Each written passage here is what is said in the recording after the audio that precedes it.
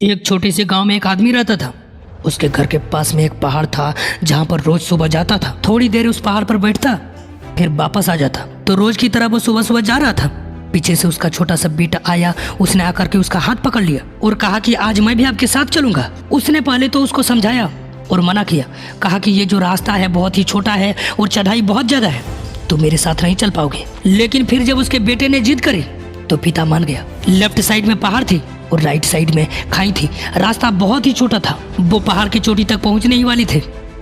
तभी रास्ते में एक बड़ा सा पत्थर है। पिता उस रास्ते से रोज जाता था, उसको पता था कि वहां पे एक बड़ा सा पत्थर है, वो साइड से निकल गया। लेकिन जो बेटा था उसका ध्यान कहीं और था, तो उसका घुटना जाकर उस बड़े पत्थर से टकराई। उस बच्चे के मुंह से एक चीख निकली और जैसे ही वो चीखा उसकी आवाज पूरी पहाड़ों में गूंजने लगी। इससे पहले उस बच्चे ने कभी भी अपनी आवाज की गूंज नहीं सुनी थी, तो उसे समझ में नहीं आ रहा था कि ये हो क्या रहा है।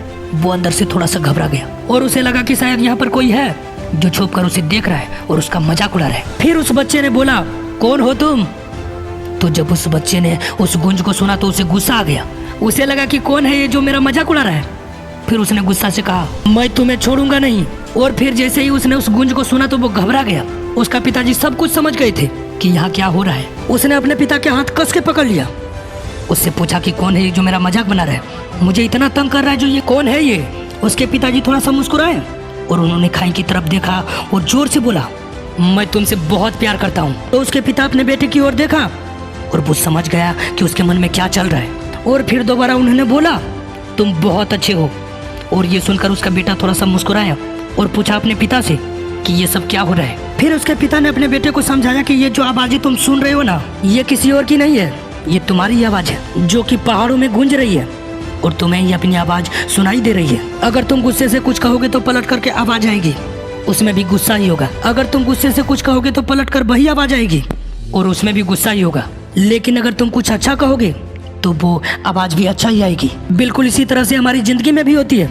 जैसा तुम अपना मन में इस जिंदगी के बारे में सोचते हो, ये जिंदगी तुम्हारे लिए बिल्कुल वैसे ही हो जाती है। अगर तुम मन ही मन में अपने आप को बोलते रहोगे कि मेरी जिंदगी बहुत ही बुरी है, तो तुम्हारी जिंदगी सच में बुरी हो जाएगी। और अगर तुम अपनी जिंदगी से प्यार करोगे तो तुम्हारी जिंदगी भी तुमसे प्यार करेगी। ये बात उस बच्चे के दिमाग में गौर कर गई। फिर वो दोनों उस पहाड़ की चोटी पर गए, लेकिन बच्चे के दिमाग में यही बात घूम रहा था। फिर वह बच्चा खिलखिला कर हंसा और उसने अपने दोनों हाथ खोले और अपनी पूरी ताकत लगाते हुए बोला कि मैं तुमसे बहुत प्यार करता हूँ।